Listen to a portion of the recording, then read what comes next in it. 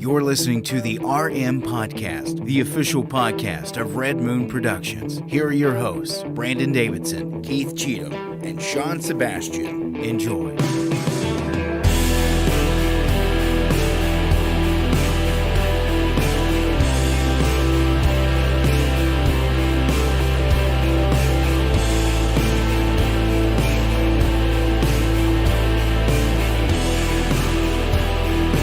Welcome to yet again your favorite time of the week. Another episode of the Red Moon Podcast, live every single Tuesday night at 9 p.m. Eastern, right here on all your favorite social media accounts.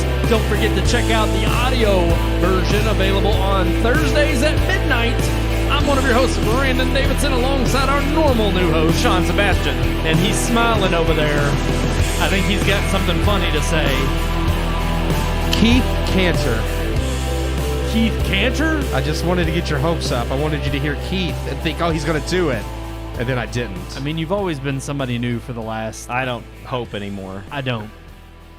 Hope is something's lost. Forbidden in these lands. Hope has forsaken. It's like hope is forsaken in these lands. Do not trust a hope. Yeah, do not trust a hope. It has forsaken these lands. Yep. Which I always thought was funny because I was like, I love that line. It's a great line, but Yeah. there were times when I repeated it when I was younger. I was like, he surely isn't saying it that way. Yeah. Because it's just not the way you normally speak. Yeah. No, it's do more not old trust English. a hope. Yeah, do not trust to hope. A hope? Yeah. Yeah. Oh, it's no, like, to hope. It's do not trust to hope. Oh, Yeah. do not trust to hope. Yeah. It is forsaken in these lands. Yeah. I thought he said it has forsaken these lands. Yes, it has Yep. forsaken. Like hope has forsaken Yes, these that's lands. exactly what yeah. he's saying. Yep. Yeah. Yep. Which is Yeah. It's just Lord of the Rings, by the way. Yeah, yeah. fantastic. That was one of the Rohirrim, right? Aemir. Yeah, Aemir. It's Carl Urban. Yeah, I was about to say Keith Urban Urban. as well, but Carl Urban. Carl Urban. Yeah. The other Keith. Carl's great. I love. He's a fantastic actor. And what is he? He's like, what is an elf, a man, and a dwarf doing Yeah. in the Riddermark? Yes.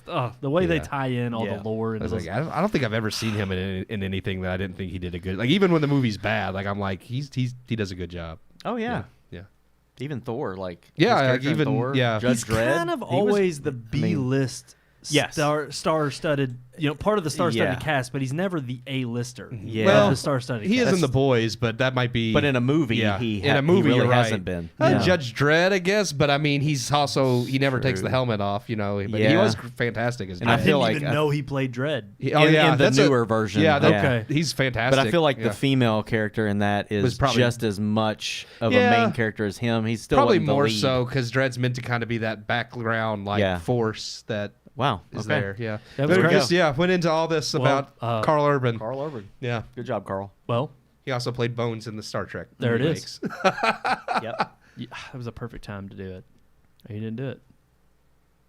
All right, Dan. Now I at least want to say this. I was like, that's I just the right wanted one. to respond to him that way. It's like, all right then. I know if I ask him to do something the correct way, it's going to Well, I be mean, done. I thought that was a good response to you because the moment had already passed That's to do. Oh, there it is. Yeah. There it is. Yeah. Yep. Well, and I will say this is 2 weeks in a row now It's working, yeah. that it's working without me having to launch the app. Now, I did Do it. update the app. So That's not the little one I thought you were celebratory. going to do. Which one do you want? It's working. Oh, It's working! It's working! I just wanted to celebrate with the coin. no, I thought that was good. Or Yeah. no, isn't there a one up? Did I leave the one up on there? Bloop, bloop, bloop. Mario, no, I don't see have it on there, do It's on the I? next No. page. The like level up, basically. Nope, they're not. It's not on there anymore. I took a bunch of them off. I think I have. You should have left the level up one on I there. think the game over's on there. Yeah, the coin one is just kind of. I mean, Yeah. You always find a coin. Like, Yeah, It's just. Now this one's still on there, It's not special. and that's good. That's That the one game. and the one up should have been left. Yeah. Yeah, Yeah. yeah. I can do that. I still have. Game over, man. Now. It's game over. That's the real. I think game the over. Mario death sound we should play every time an actor dies. Oh, Like really? when we're talking about it. Yeah.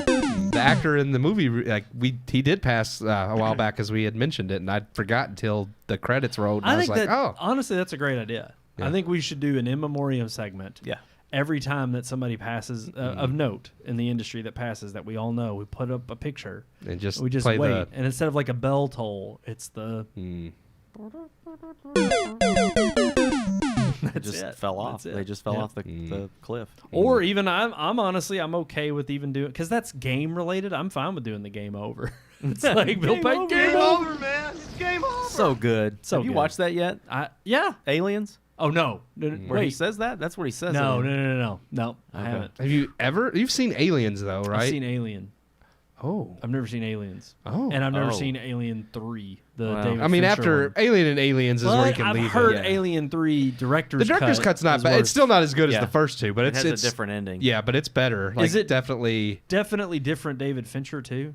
Like, I mean, around that time, is it something that he would be more akin to making now, or is it totally different? No, it's good. Like, actually good. Yeah. Yeah. Oh, okay. It's not Okay. like he Yeah. off the deep end David Fincher. Well, But David Fincher's not terrible. You're thinking No. David Lynch. no, that's what I'm thinking. Yeah, of David Lynch. Fincher's yeah, like David Social Fincher Network, actually does good Gone stuff. Girl. Yeah. Like he did. Oh, yeah, okay. Y'all are thinking David Lynch. Lynch, yeah. But David Fincher's right. done some good crap. Like, Yes. he normally makes good stuff. Wow. And I didn't I'm even- wondering if like that was That his was back first. in the 90s. Yeah. Yeah. That was like Yeah. 93. 92. Maybe? That was one. 92. I just his actual cut, like what he like, and if he had been allowed to do what he wanted to do originally without having to make his own cut, it probably would have actually It's been just on par with the first crazy two. to me that you think of a franchise that, I mean, even if you count the third one as not great, but it's like, I mean, you literally had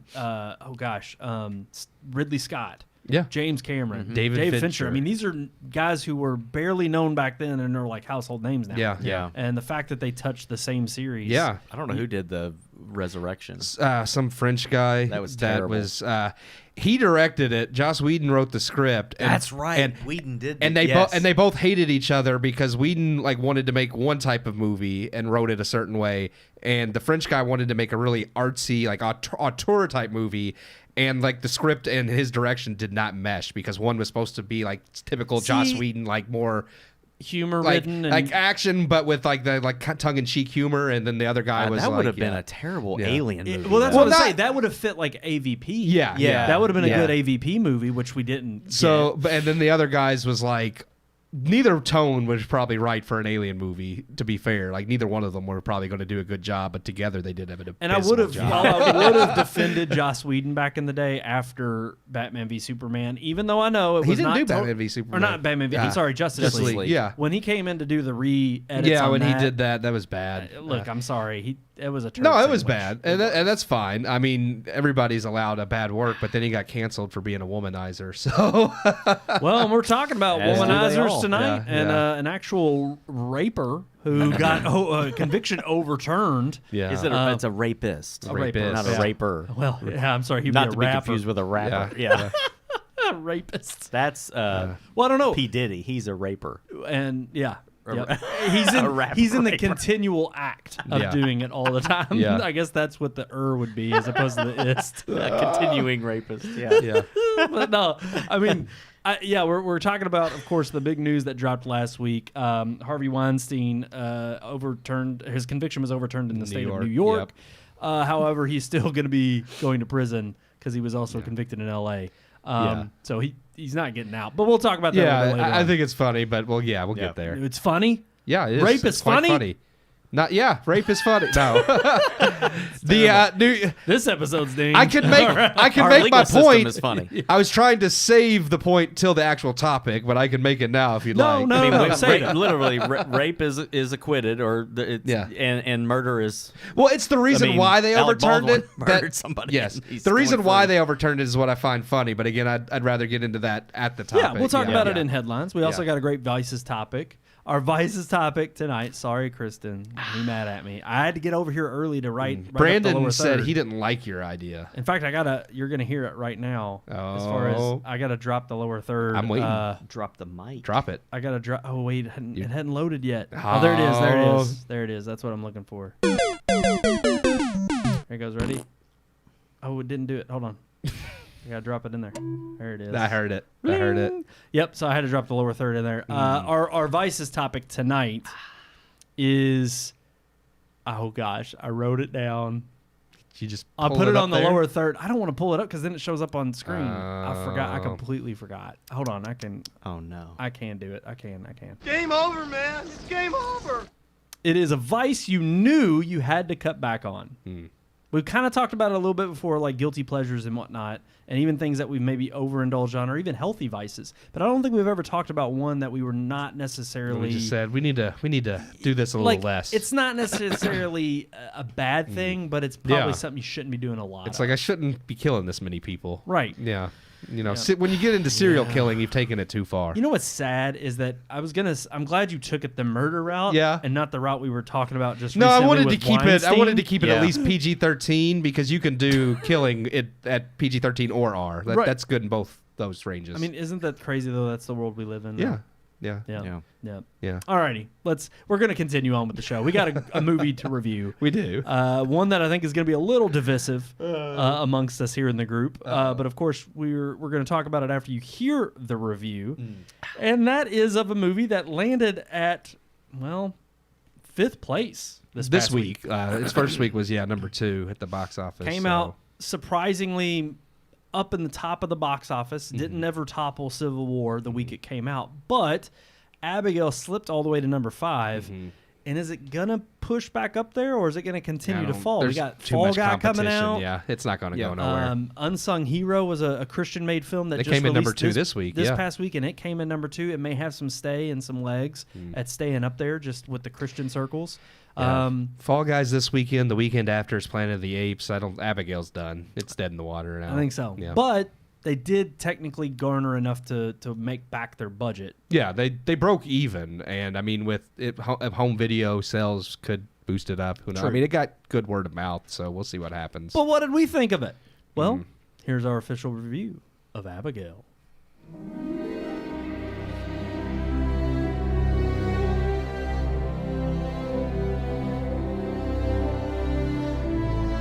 While the new release well hasn't run completely dry yet, the choices are still slim pickings. Challengers dethroned Civil War for top spot in the box office this week, though we are electing to pass on the latest Zendaya film aimed at pulling in the Euphoria crowd. Unsung Heroes surprised the industry with 2nd place and is admittedly one we didn't see coming. Everything else has more or less shifted down. Godzilla and Kong have somehow stayed in the top 3, and Civil War has dropped down to 4th. Rounding out the top 5 was last week's 2nd place earner, Abigail. And while this seems like a death knell for the comedic horror film, Abigail has already made back its budget and gotten good word of mouth. Though profitability is in question, it may do better on home release. Why, you may ask? How did the unassuming film from the directors of Ready or Not and Scream 5 and 6 make a small wave in the social zeitgeist? This week we take a look at a hidden gem, or more accurately, a hidden diamond in the rough. Starring Melissa Barrera, who previously worked with directors Matt Bettinelli-Open and Tyler Gillette on Scream 5 and 6, Barrera plays a character referred to as Joey throughout the majority of the film. I say referred to as her, alongside the rest of the cast, play a group of professional criminals whom for the most of the movie's runtime are only ever referred to in code names. The crew are hired by a man named Lambert, played by Giancarlo Esposito, to kidnap Abigail, played by Alicia Ware, the young daughter of a powerful and rich man, in order to hold her for ransom. The crew, however, are not provided the details of who Abigail's father is, only that if they can abduct her and keep her safe at the estate predetermined for them to bring her to, for 24 hours, they would each get a $7 million share. Unfortunately, however, the discovery of who Abigail's father is leads to bizarre deaths in line with rumors surrounding the mysterious man. As the kidnappers drop one by one, the truth behind Abigail is revealed. Originally hired to remake the classic 1936 Universal monster film Dracula's Daughter, Bettinelli-Open and Gillette's film would soon take on a life of its own. Still heavily inspired by the 1936 movie, it dropped the title Dracula's Daughter, donning its new title Abigail, becoming a unique story inspired by the premise of a story centered around the vampiric daughter of a powerful man. While the inspiration is there, Abigail is indeed its own unique movie, blending humor with horror, much like their previously successful film Ready or Not. Abigail is a fun film that kept me entertained throughout its runtime that comes in 10 minutes shy of a full 2 hours. The story of criminals getting in over their heads with a subversion of expectations as the weak and defenseless girl becomes the hunter and the criminals, weak and defenseless, makes for an entertaining story fused with solid bits of humor. None of the main characters are good people, though a few of them have some redeeming qualities. Normally they would make for characters you don't really care about, but seeing them get their justice after antagonizing who they thought was an innocent little girl is a solid use of irony, and the set pieces and humor kept the movie fun and entertaining. The movie isn't the most original nor best made movie in its genre, however. Turning something unconventional and defenseless into the killer isn't a new concept, though it is well utilized here, and many of the twists and shocking plot points are predictable, and not really shocking at all. The characters are well done stereotypes that help build the jokes, but also never develop beyond the stereotypes. And while most of them deserve their fates, even Barrera, whose character was meant to have a redemptive arc, falls flat because the characters never rise above their intended stereotypes. The story itself also becomes needlessly convoluted by the film's end. And while still short of 2 hours, the movie could have easily fit within a 90-minute window. Attempting to also subvert typical vampire lore, the directors pick and choose which parts of the 100 years of vampire lore to make real in this movie and which not, without much rhyme or reason, to a point that some of what they choose contradicts itself during the film.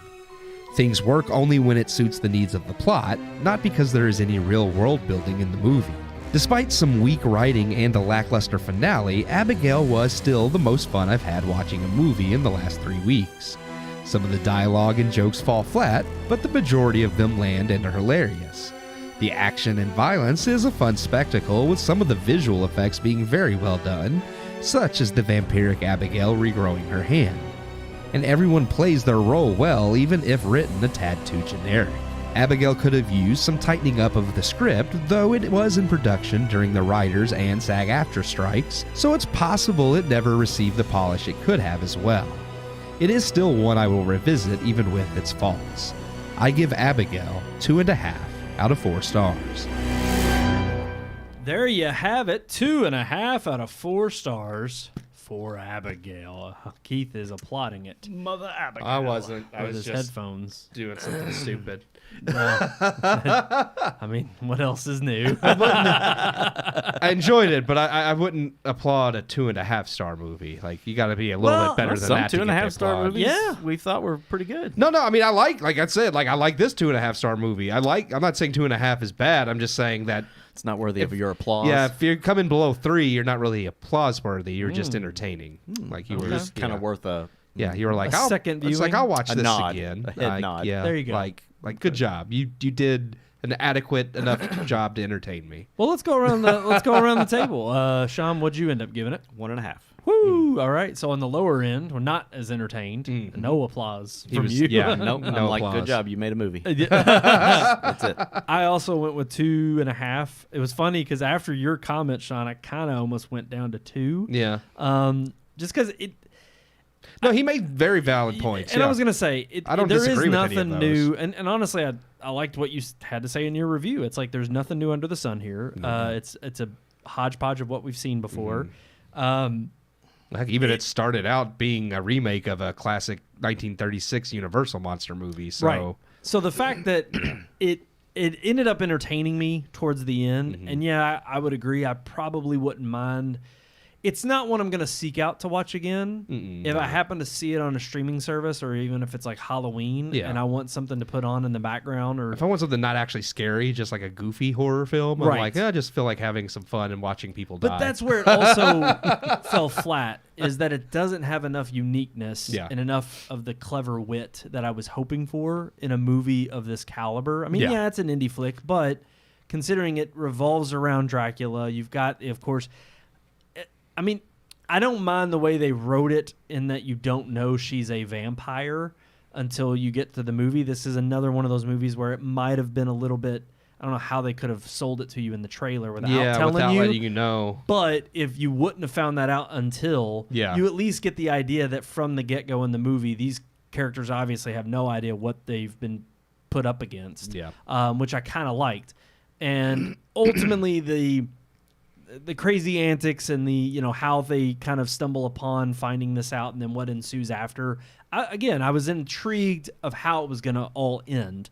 I thought some of the plot points that they were going to make were, some were very obvious, heading in a certain direction. You could easily see it coming from a mile away. The others, it was like, okay, no, you just made this convoluted for the sake of trying to make it seem like you were more deep or more intricate.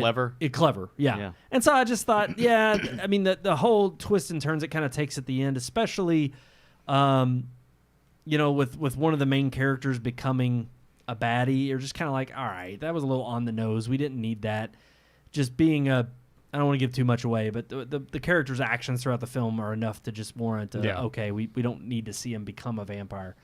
But also, that in and of itself was annoying. Like, no, this movie is not woke. I wouldn't say it's woke by any means, thankfully.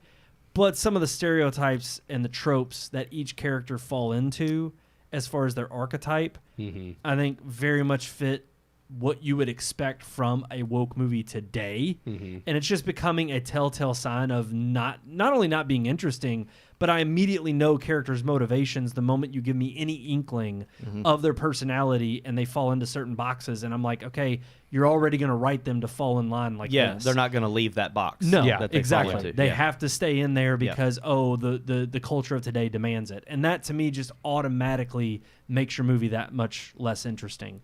I mean, I don't want to give too much away in case you want to see it. But all in all, it's worth, I think, a watch. I'm glad that we saw a screener of this movie. It was sent to us by the internet, and we saw a screener of it. And I'm glad we saw a screener of it, and we didn't actually enjoy a trip to the theater to see this. So it was worth it for that regard. Any other thoughts and opinions? I've kind of stated my piece. I mean, I think I've said mostly what I had to say. You got to say it because I got to throw your name up there. So keep talking. No, I was just, like I said, the review. I mean, there's mostly. I mean, a lot of the points we've already made is that it wasn't that original. I mean, I laughed a lot, and some of that it wasn't even, I think, entirely intentional. I think some of it was just like the goofiness of it. I mean, some of it, I think the campiness was intentional, obviously, because it was sold as being more comedic. But at the same time, I think there were parts that were meant to be serious that just weren't, and I laughed at those too because of just how goofy they were and poorly done. The big dude, I thought, like, he cracked me up the whole time just because it was funny to watch him running through the hall and like this little tiny ballerina vampire chasing me. And I was just like, that's the ridiculous type of. Is it Angus or Agnes? I can't remember. His name was Angus Peter Cloud. in the movie. Oh, Angus Cloud was the druggy guy. Yeah. He was funny. He was funny. I agree. I thought he was funny. The driver? Yes, the driver. Yeah. Yes.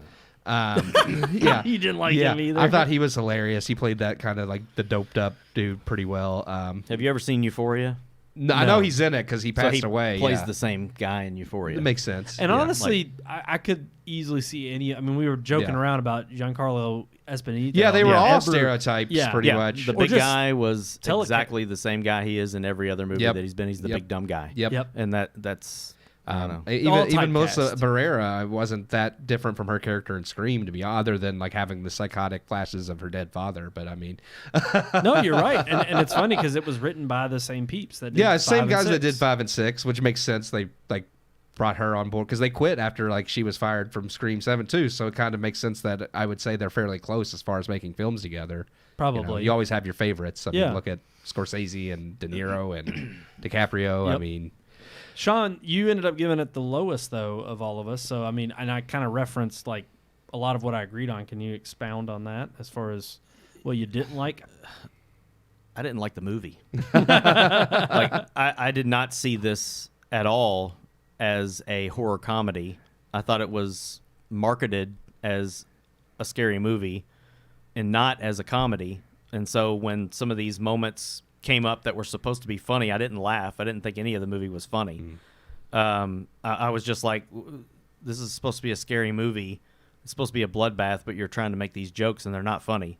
I thought the dialogue was terrible. I thought the acting was terrible. I thought every character was typecast and played right along with who you would think they would be. How they've been in every other film that I've ever seen them in, with the exception of Barrera, because I didn't even know that was the chick from Scream. Not from Scream, but from In the Heights. In the Heights, yeah. I just didn't make that connection at all. Her hair must be way different or something in the other movie. But she just has longer hair. I I knew that the little girl was going to end up being either a monster or a terror, or she was going to be some crazy serial killer. Did you not see the trailer? Huh? Did you not see the trailer? I thought we saw a movie where the trailer was in there. Like, we had seen the trailer. I saw the trailer for this. Because they pretty much... Well, I the guess trailer didn't come right out and say vampire. Yeah. But I knew that she was going to kill them all, and I knew it was going to be, she's going to pick them off one by one. Of course, they go into a mansion that has a button that locks the whole place down. Yep. It's like Resident Evil, Ready or Not. It's like whatever other horror movie you've ever seen. They go into the house and everything, the windows shut, and I'm just like, this is so stupid already. And, of course, she picks them off one by one with ease.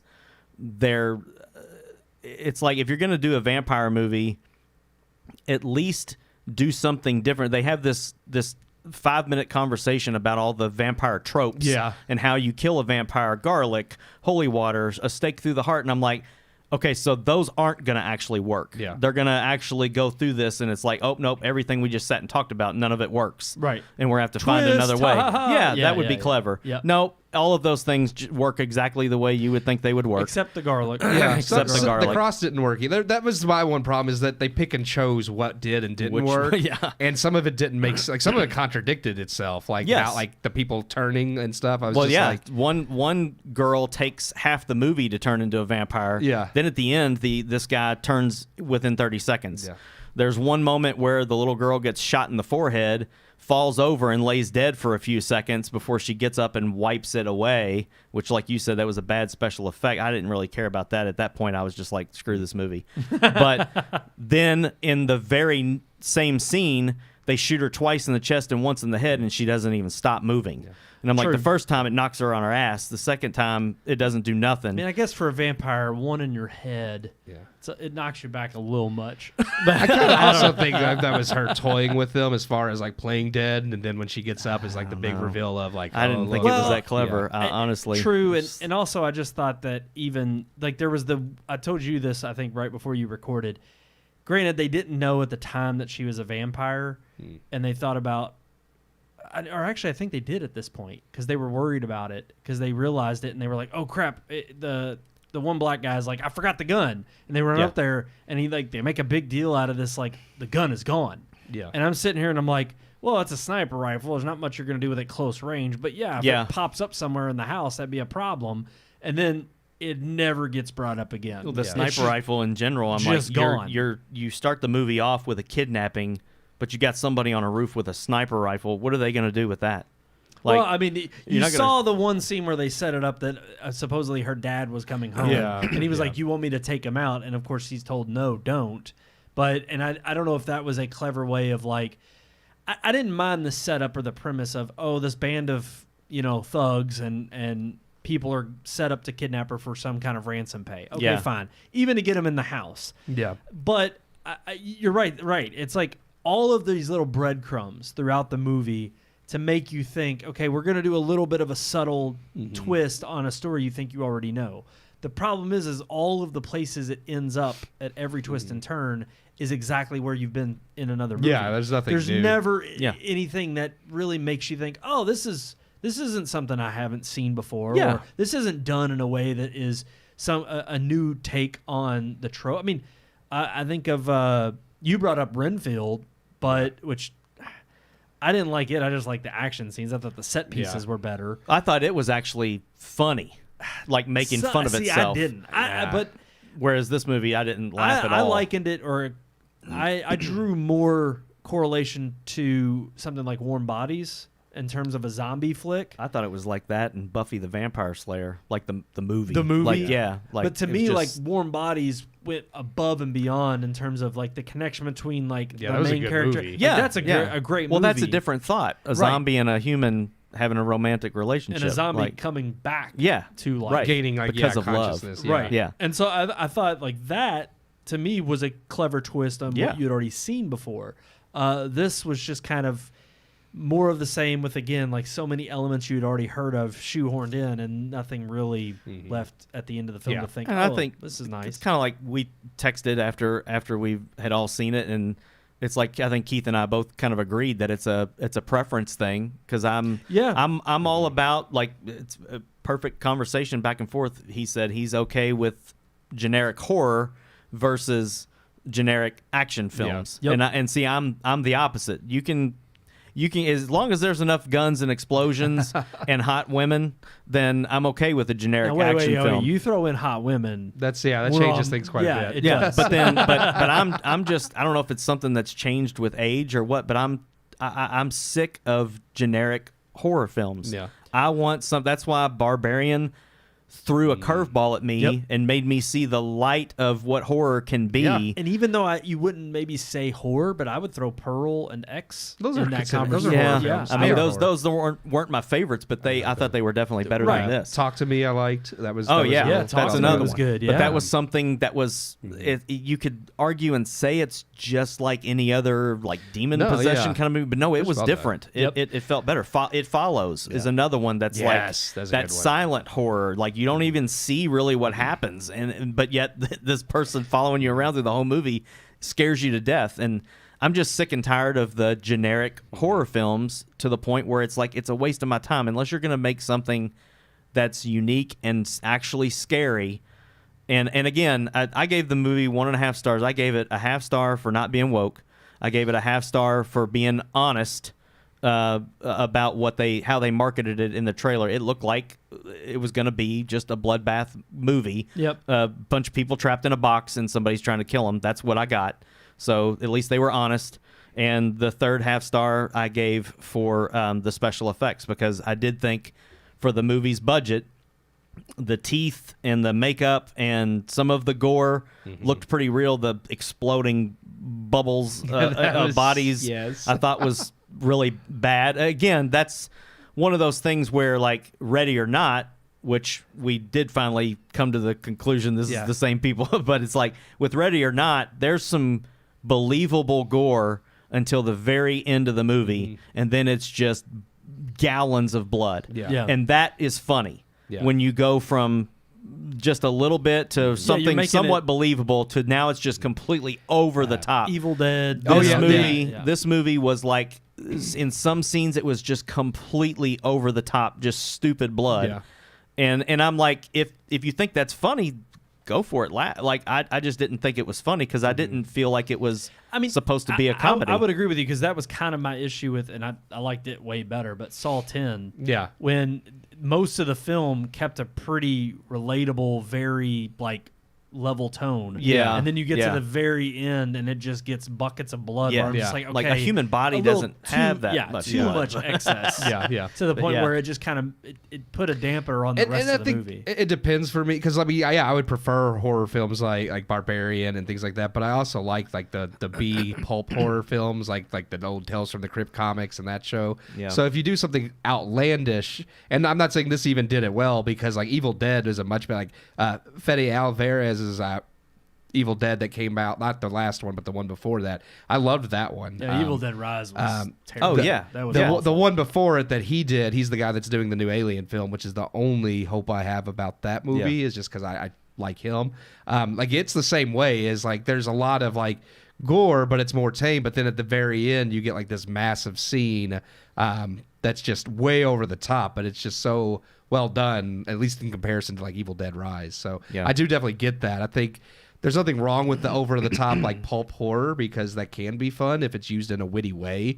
Even Tales from the Crypt, there were always moral stories that were witty. It wasn't just the gore and that stuff kind of was to exaggerate how bad, like, this is bad. Like, these things are bad, and then this is the moral story that happens But when to you go do back these to things. even Sean's point about it being a taste thing, because I mean, I'll be honest with you, it was like, granted, they're not the most high caliber. I would say we have way higher caliber B movies nowadays than back in the slasher flicks. But what I watched, I tried to watch all of the Nightmare on Elm Street and those are amazing. Friday the 13th movies this Not past Friday Halloween. the 13th. Nightmare on Elm Street, but not But the what, other. that was it's crazy. Actually, it's really funny because Jason goes downhill really quick. It's But But- even Freddy Krueger in the first Nightmare on Elm Street, it's a straight up horror Yes, movie. yes. It's Halloween. It's yeah. good. Yeah. And then then they Chew is become terrible. Then they Yeah. become comedic though. Yeah, they come- Welcome to primetime, bitch. Right. It's just now which is crazy because in yeah. 3, I was like, 3 was a Three's step not up in bad, yeah. story. Like Yeah. it followed a different. 1 and 3 are considered the evolved. best out of all of them. And it's crazy because you could see it evolved, but also where it went to, it overextended its reach. Yeah. Obviously, by the time it's getting into like 6 and 7. Yeah. But that was my thing, is I stopped even just watching those two, which granted it was overload when I didn't watch all of them, Yeah. but I watched probably 3 or 4 movies of each, and I watched Yeah. them in succession. So it was like I had my fill Oh, long yeah. before Halloween got there. Yeah. Plus, I wanted to watch other classic Halloween flicks throughout October. At least in that category, there's campiness and there's stuff that like there are times where I'm like the cheesy effects are what sell it because it's dated and that's Yeah. part of its charm. And but even still, there's things like this that come out now, and I'm like, it seems like they're hinting at or trying to touch on that same kind of charm. But they can't. But they can't, Yeah, no. or they can't have the nostalgia without the nostalgia being there. Yeah. And I think it's like, because I thought about this in terms of the film, industry as a whole, and how we're talking about being fatigued on franchises and whatnot. And I thought about it in a way of like, yeah, that's kind of how I feel about even like horror films to a degree. It's like I can watch them during Halloween, but you can only watch so many till you're blue in the face and you've had way too many of them and you're done with it. And it's the same with action genre. Like I can only watch too many dumb action flicks with stuff blowing up. I mean, heck, even if I agree that most 007s are good, I can only watch a string of those until I'm like, I got to move on to something They're the else. same. It's new bad guy. Yeah. Got to Right. rescue the girl. Got to Yep. save the world. Right. Yeah. You mean you don't want to binge watch all 23, 24 of however many there are I now? actually- I think they might be at 25 now. Of all the movies that I get made fun of for having not seen as far as classics go, because Prime, since they bought out MGM, Yeah. or Amazon bought out MGM, and they have all of Yeah. the 007s, I do want to go back and watch them all. Yeah. I would spread it out. I wouldn't try to binge I will. it. Like, I will. I'm not going to know. I'm definitely not binging I mean, it. they're worth watching, I think, but it's just, it's like you said, like, because there are bad ones for sure. Yes. So it's not going to be worth trying to like binge them all. As you talk about a franchise, I'll put $5 on the table right now. In 2026, there will be an Abigail prequel.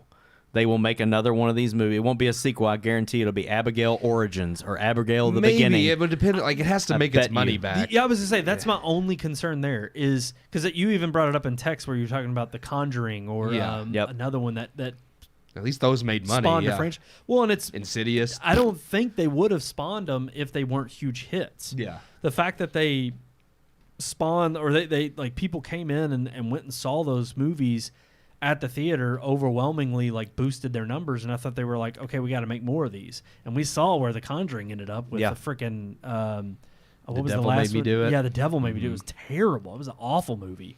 And even Insidious kind of ended up with, what was the Red Door one? I don't. Well, that's supposed to be the final one. We'll see. Yeah, and I'm Yeah. just like Yeah. they ran that into the Yeah. ground. And they make and- another. Isn't there more than one Annabelle too? Yeah. No. Or there's- Annabelle is That's part of the Conjuring franchise. right. Yeah. Okay. There's 3 of those, but they're all those are connected to the Conjuring. I see this movie. Its popularity online. It's in the 80s on Rotten Tomatoes on Yeah, critic yeah, and it's- audience. Like I True. think they'll get another movie, but I think it'll be a prequel and it'll be about how she became. And a you're right. vampire. If they know they can squeeze $1 out of a dime on this, they'll If definitely it gets do good enough word of mouth, or if it goes to video on demand and ends up making good money there, like because fans, like audiences, do seem to like it. And you're right. It won't be long. It'll be no. within the next couple of years because they have to. They have to Yeah. strike Well, while that's the okay. iron's Like, hot. look Yeah. at Talk to Me. That's a movie that doesn't need a sequel, but like right away, like It's as gonna soon as have one, like right yeah. after it came out, they were already talking about doing that Yeah. sequel That's because true. it did so well. And yeah, All right. Well, you heard our opinions. Go see it if you want to. We got other movies that are coming out that we're going to be reviewing here on the show. there's all kinds of stuff coming out soon. Yeah. So we think its theatrical run is pretty much done. Oh, at it's this point. done. Yeah, it's not gonna. But There's too much other competition. if you want coming. to go check it out, if you're intrigued based on our thoughts or our opinions, or even just want to check out something a little different. I mean, we don't really see horror. We see them either around Halloween or like right at the beginning of the year. Yeah. We haven't really seen one this late. I think they tried to True. hit that sweet spot right before the summer blockbusters. Yeah. And they thought they fell on a week, which granted they came in at number 2. Yeah, If yeah. Civil War wouldn't have been in there, I think it would have It might easily have number taken one, taken yeah. the spot. I don't. I'm actually surprised that Civil War was able to beat it. Because I thought I am and I'm Civil not. War is one of those movies where I think anything anybody had for that movie would wear off quickly. and it's like the next new movie that comes out is going to beat it. I think is funny it came 'cause in third at the box office this week. Civil War right, did, yeah. because what was it? What well, took wait, number one? No, it was number one, I thought. Challengers took number one. Oh, that's right. Oh, Challengers was yeah. number one. Unsung Hero was That number doesn't two. surprise me at all. Yeah, 'cause and that it looks like a. yeah. Never mind. And that's really, I mean, that's kind of why we went with Abigail, is because we didn't want to review Challengers, to be Yeah. honest, if we're going to be, I mean. It's going to be, it may go to second. I think it'll stay at second because Fall Guy will be number one, yeah. They've been freaking pushing that movie like crazy. I do want to see it, though. That'll be generic, but I Yeah. think that one will actually be I- funny. no, I'm 'cause actually- that Ryan one I- Gosling's funny. Yeah, So- that one I think will be entertaining. I actually And am I think looking I forward think to it's seeing gonna. that. It has the potential, and I'm calling it now. And Mm-hmm. stake a bet on it. Put $5 on your $5. Okay, all right. I think it's going to be one of those movies that has the charm and has enough of a different take Mm-hmm. on the genre it's teasing, that it's got that heartwarming nature and Mm-hmm. a decent enough story with good characters that it'll make it a long-standing, like, okay, this was a movie worthwhile. and I just don't see them pushing it the way they have advertising-wise. I mean, yeah, I know Emily Blunt and Ryan Gosling are in it, Yeah. and they're the main draw.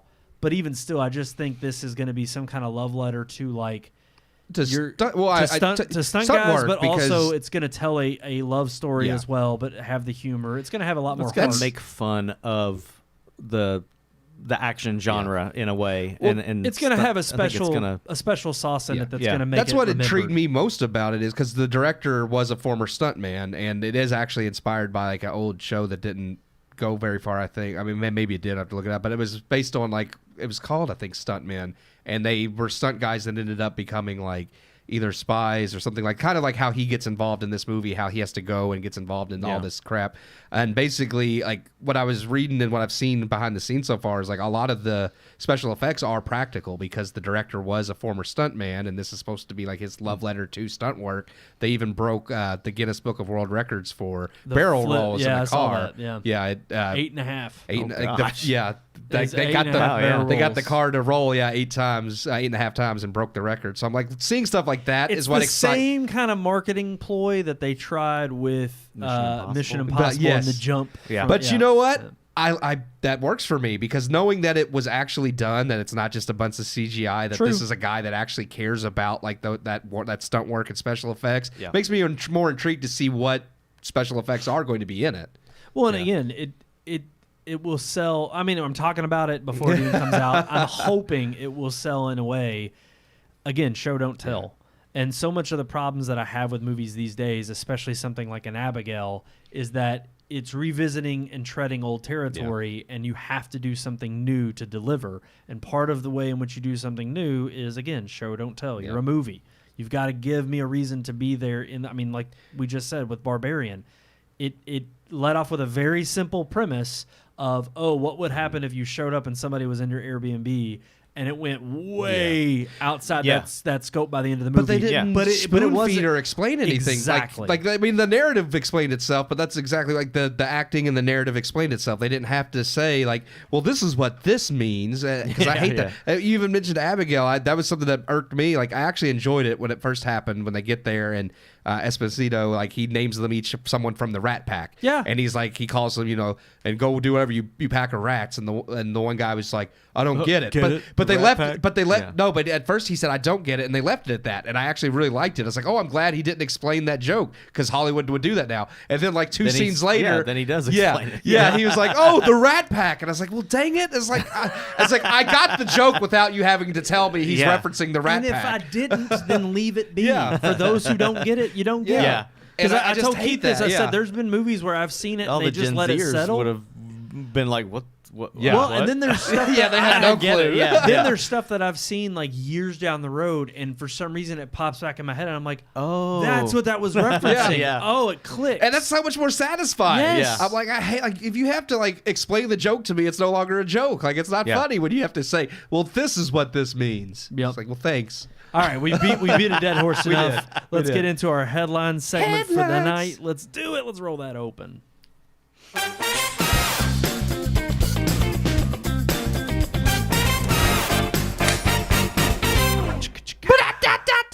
Wow, he got it this week. Wow. We used to do it, like, we used to go crazy on it. Yeah, we did, because John would like take For his way headphones too off. long.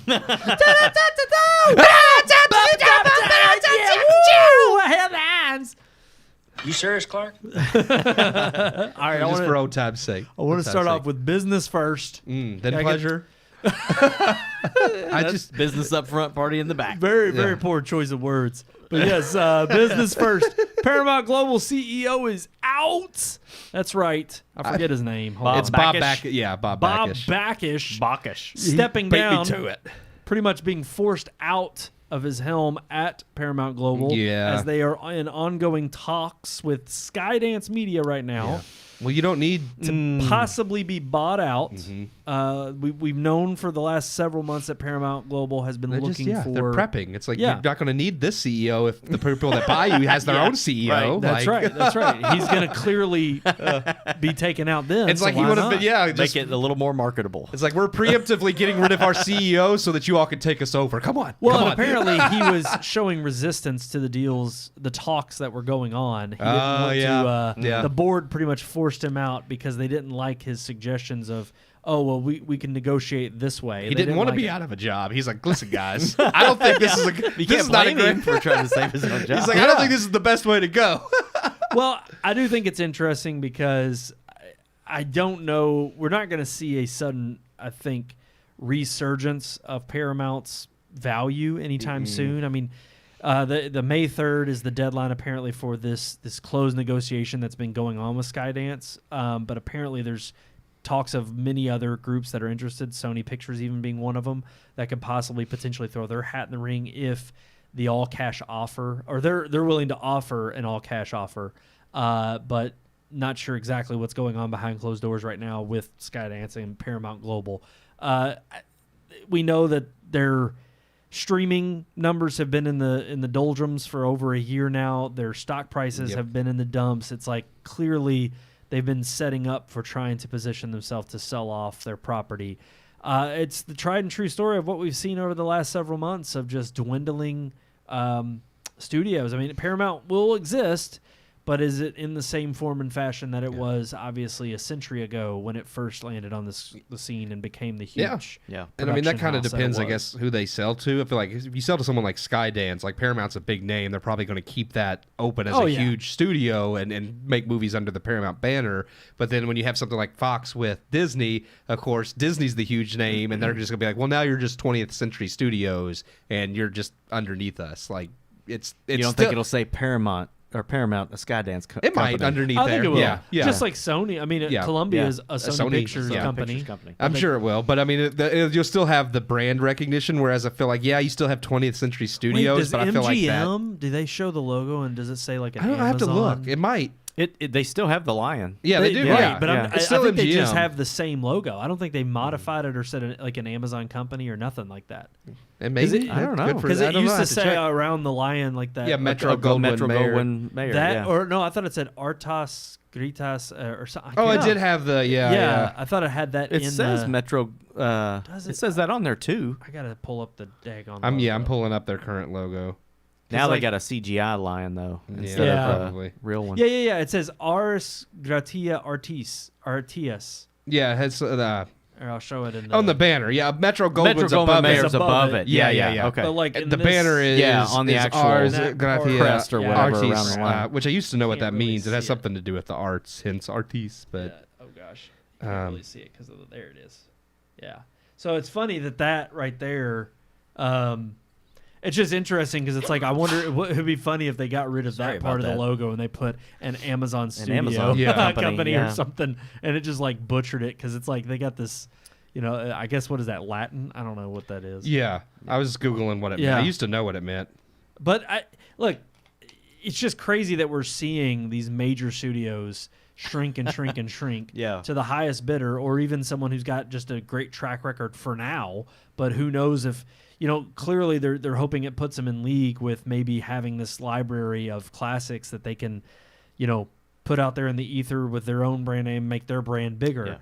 But as we continue to see the shrinking of really competition amongst all of these production That's houses. what it was. Okay. What is it? Yeah, art for the sake of art. I knew it was something Okay. like that. I just couldn't remember. Yeah. like Ars gratia artis, art for the I sake of art. do, but look where it got them. Yeah. It's like, well, yeah, you got I mean, bought out. we were talking about nothing new when it comes to Abigail or these generic movies. But there's nothing new with it. I mean, look at Sears and Roebuck. That's a company nobody ever thought Sears would go. 100%. And it did. I think this is just inevitable, but it does suck. Like, I mean, it's like these are companies that we're used to. Yeah. Yeah, I don't know. It's Yeah, sad. I mean, it really is. It's like the company that made Top Gun is going under. That's crazy. Yes. Yeah. Well, I mean, I thought the same when MGM got bought out by Amazon. Yeah. Like, this is 007. Yeah. Like, this, Yeah. that's just crazy to me. But oddly, I'm like, it's not only a changing of the times, but you're right. It's like, what led them here? And, Yeah. and it is ultimately business poor practices. business Yeah. decisions. Yeah. And- Making art for the sake of art instead of art for the sake of money. and really, And you need a balance. I mean, you shouldn't just make art just for the sake of money. That's what No, I Disney's mean, if it's trying the to do film and some business. stuff. Yeah. It is a business. Yeah, but, you have to be profitable. but good business is making good content. Yeah. And well, especially when your forte, that is your entire business model, is Yeah. creating things that you don't know if the payoff is going to be. I mean, this is what we've always joked about the Marvel movie and what MCU has become. It was a cash cow for Disney. It was like, okay, only they're going to see changes when it's no longer a cash cow. We're finally at that point because the movies suck and people are voting with their dollar. But until something truly shows up as a downturn in a business, you ultimately are like, okay, well, maybe this will strike gold. Maybe this will be something that will, usher in a new fan base that starts a new trend. And I mean, the reason why we keep nauseating over every new Transformers that comes out, but yet people still show up to go see it. So, I mean, Godzilla Kong is a perfect example. It's like there are people who still show up to see those movies in the theaters, even though I will rail against them here on the show. And obviously, they're not great pieces of art. But at the end of the day, the real question is anything really changing? Business structure changes, but Paramount's logo, Paramount's name is not going anywhere. Regardless of who buys it, they know that the name itself, I mean, that is what you're buying. Yeah. And that's a while brand, the business structure changes, it's like ultimately, I mean, it's like Disney buying Pixar. Yeah. I mean, one, they were always in cahoots together anyway, but Pixar was still Pixar. Now, granted, there's an argument to be said now, and of course, I think the same can be said for whether MGM or Paramount is over the course of several years. Yeah. Does it start to take shape in such a way that you're like, okay, their library doesn't match at all what it used to and doesn't even comport with the same kind of, work that they used to put out there. But it's kind of hard because with Universal, Paramount, I'll throw MGM in there, Netflix even. I mean, all the major players of any major production studio, can you really even tell a difference of what is their stuff versus somebody else's? Yeah, not really anymore. I mean, No. to an extent, Disney you can still because it's not Disney, but it's very It's wrapped up in the facade of it's being like for you children. can definitely tell. Not even just that. Just I think some of the woke political angles they take in the direction, the way they do it is like all of Hollywood does it, but the way Disney does it in, like you said, like that kind of hidden, like this is for kids, but we're also like, it's just very like when you see something that's Disney animated versus other studios that make animated stuff that is less blatantly woke because they're still making, like they haven't gotten so far as to doing that with their children properties. It's just like I could tell a Disney movie. And honestly, there used to be a difference in animation styles. Oh, yeah. You could for definitely sure. tell a difference between Pixar DreamWorks, was on another level. Oh yeah, Yeah, you they can were tell always the ahead. difference between a Pixar movie or an Illumination movie or a Disney movie because the character designs and like the art design was always different. Even when they all started doing CGI, the art design and character design still were unique to each company, like the way their facial features may look. I think, and even pushing. I'm sorry. no, I was just saying, go like, I ahead. just don't think that's the case. Like, Disney, I feel like, has kind of lost that identity because there's stuff they make now that I think looks like Illumination or looks like DreamWorks. I'm like, they don't even look like Pixar anymore. Yeah, that's where I was going. Was like I can remember when the movie Brave came out, which wasn't a great Pixar movie, but people raved about the animation of her hair, like how Pixar was able to animate her curls and how you could see every strand of hair. It was a new thing that we hadn't seen. We had seen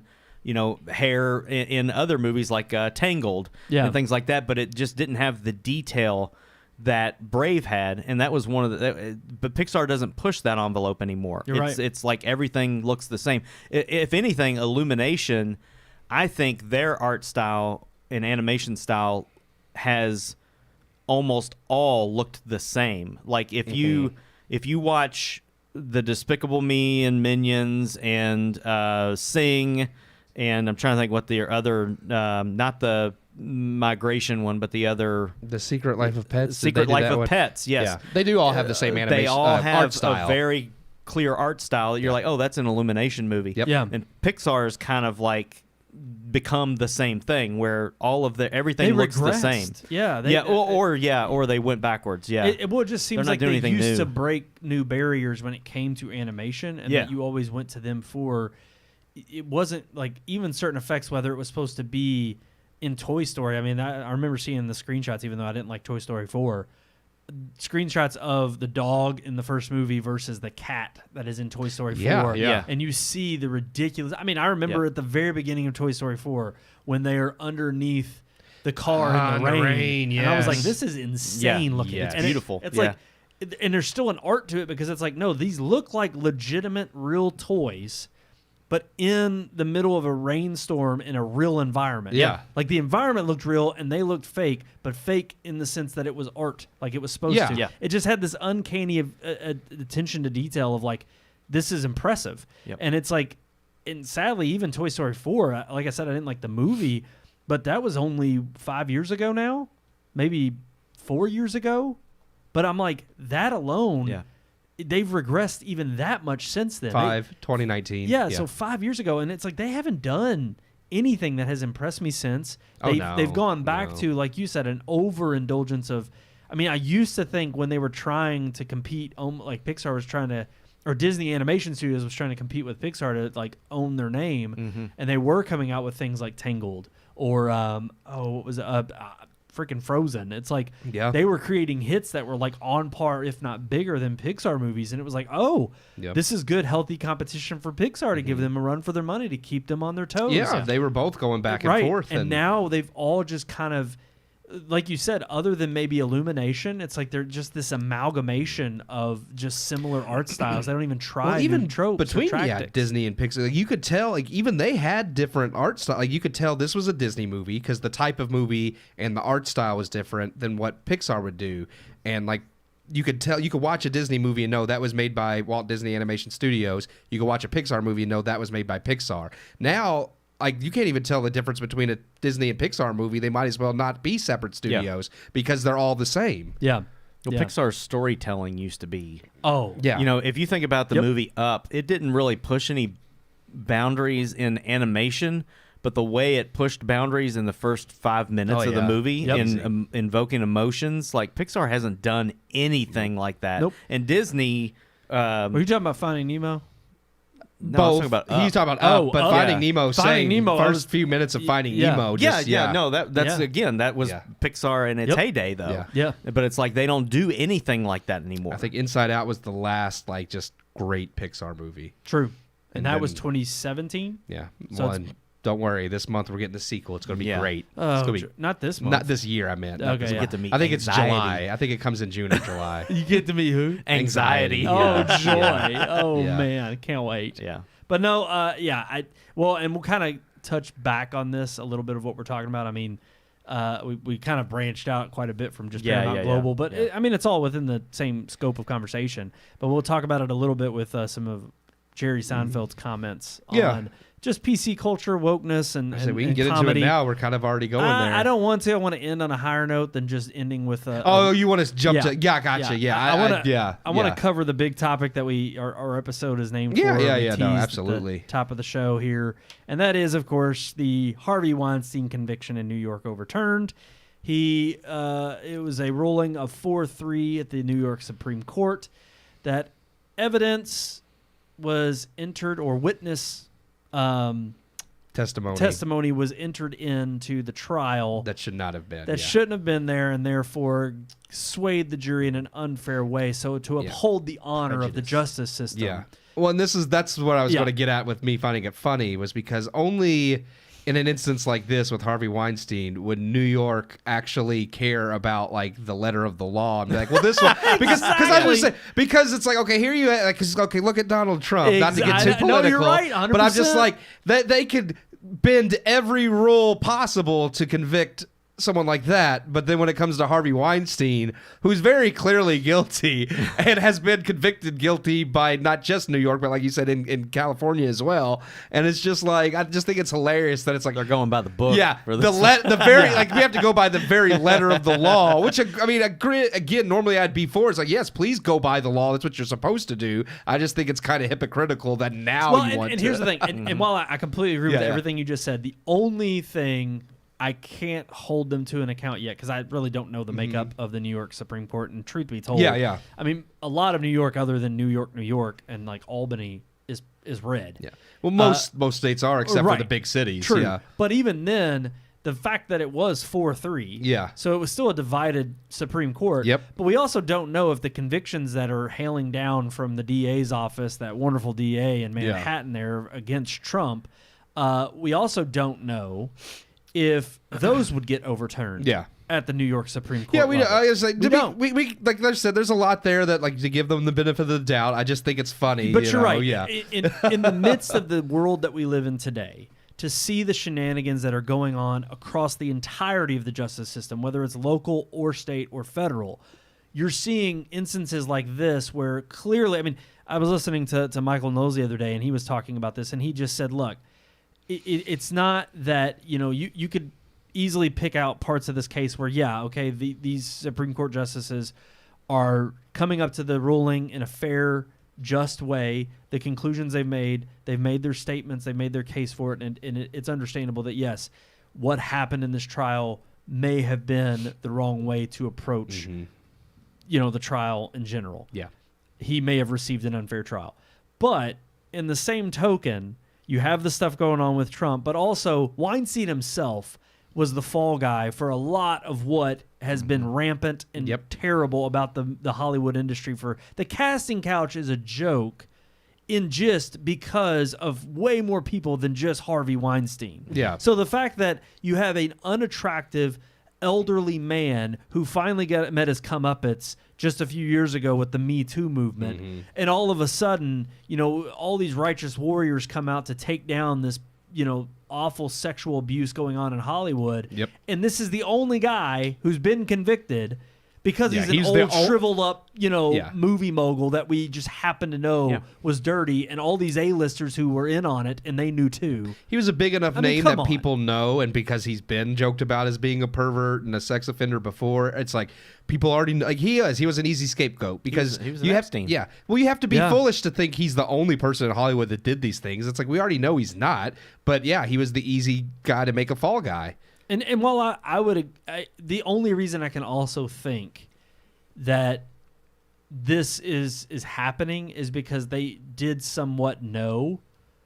I don't know what kind of precedent's being set up there. Why this? I mean, I'm not saying it didn't take the proper kind of precedent's being set in New York because nobody knows. I don't. Well, and in the justice system across this country in general. I mean, but it is odd to me that I think the only reason they went with this was to somehow, again, like you said, rest on their laurels of integrity and upholding the law as it is, only because they knew he's going to be transferred to a prison in L.A., and he's going to have to go to prison there for... he's still got a conviction, so it doesn't matter that they overturn this one. Yeah. So he's still going to go to prison. It gives them a little bit of clout to say, see, we're fair, we're just, we're not doing crooked things in these other cases. Right.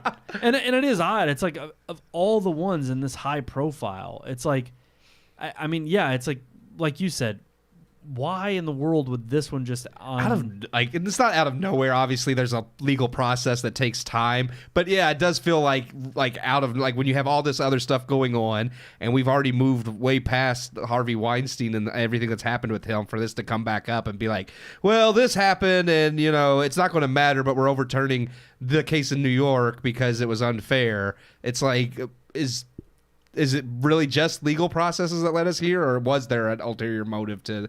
And again, like you said, it was a split court decision, and you could speculate about anything, but it is one of those things that just seems kind of a little sketchy. Mm-hmm. Yep. Misdirection. Yeah, that's what I think it is. Yeah, that's exactly. Yeah. Just like there's something I feel like bigger at play here. Yeah, well, that's what always happens. Yeah. Just like with when we talked about the one documentary that dropped, it's like look at this over here. Don't Right. look at what we're like. Look at the child actors that were abused. We're not really going to go over anything except for one episode. Or we're not even going to talk Yeah. about how it's not really ever died down. Yeah. It's just we're going to talk We're about not even going to talk about how we're fixing it. it. We're not Right. fixing it. Like Nickelodeon says, like, oh yeah, we're aware of the problem and we've done stuff about it. That's We're it. not going to say what. Yeah. Yeah.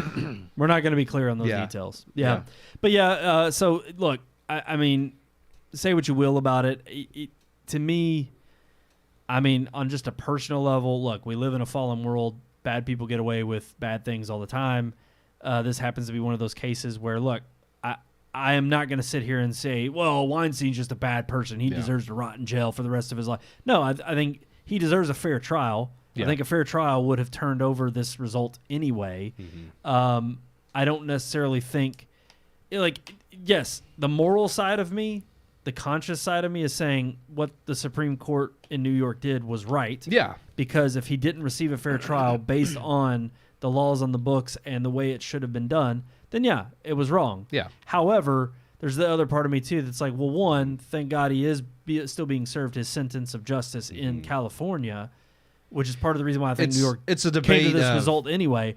But yeah, it's a debate of how morally, It's moral justice versus absolute justice. Yeah. Which I mean, I love those themes. That's why I love One Piece, but I won't get into that. But No, I mean, you're but exactly that's what right. it is. It's like there is like, yeah, absolute justice is letter to the law, but then there's also the sense of moral justice of is actual morality, like moral justice being done here, regardless of what, because laws are laws. I'm not saying disobey them, but not just because it's a law also doesn't necessarily, like there's laws in other countries that you could say are very unjust.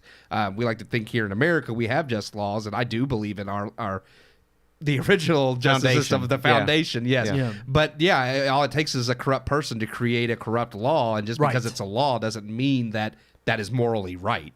And ultimately, and I mean, in this, going back, not to jump into a whole nother discussion on Alec Baldwin and him getting Yeah, away. exactly. But it's like, and granted, that's a whole nother state. You can argue in that regard, but there are some issues here where, again, you almost wonder, okay, well, federally, they could be prosecuted to a certain degree, or you would think, especially in the Alec Baldwin scenario.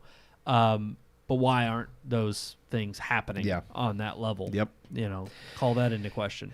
Like But- you said, it's an imperfect world. Yep. Not to just hand wave it away as like it's trying okay. to get rid of a but- presidential candidate. Right. That's- Well, and that's again, where all the time and effort is. and right sadly, yeah, living in a fallen world, the sun shines on the just and the unjust alike. So, but again, he's not getting out of prison. He's going back.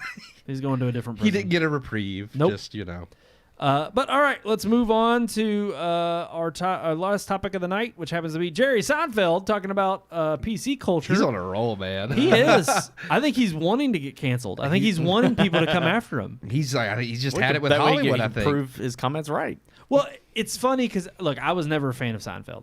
I wasn't a big didn't fan of the like show. Yeah. I didn't think No. he was that funny. Yeah. I understood its essence later on in life. I understood why it was popular in pop culture, but I was more of a Frasier guy. I I love the wit Frasier. in Frasier. But ultimately, I think it's odd that you've seen. I mean, if you go and watch Netflix Comedian in Cars with Getting Coffee, Yeah. which is produced by Seinfeld, he's in all of the episodes. And it's funny. I like it. And he's got across the political spectrum, Mm-hmm. along with actors and actresses alike, all sorts of flavors in Hollywood. And the idea was that it was like he's always told that line of just being very milquetoast in the middle, like comedy's for everybody. Doesn't matter what Yeah. side of the aisle you're on. It's not political. Well, I Whatnot. think that's just entertainment in general should True. be. Look, everybody has different ideals and political beliefs, but that doesn't mean you can't be entertaining for everybody and come together and like not make everything this battle of we got to brainwash everybody into thinking how we think, because if you don't think this way, you're evil.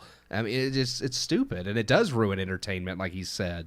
Right. And to me, I think it's funny because I've seen backlash from people on the left, of course, on these comments.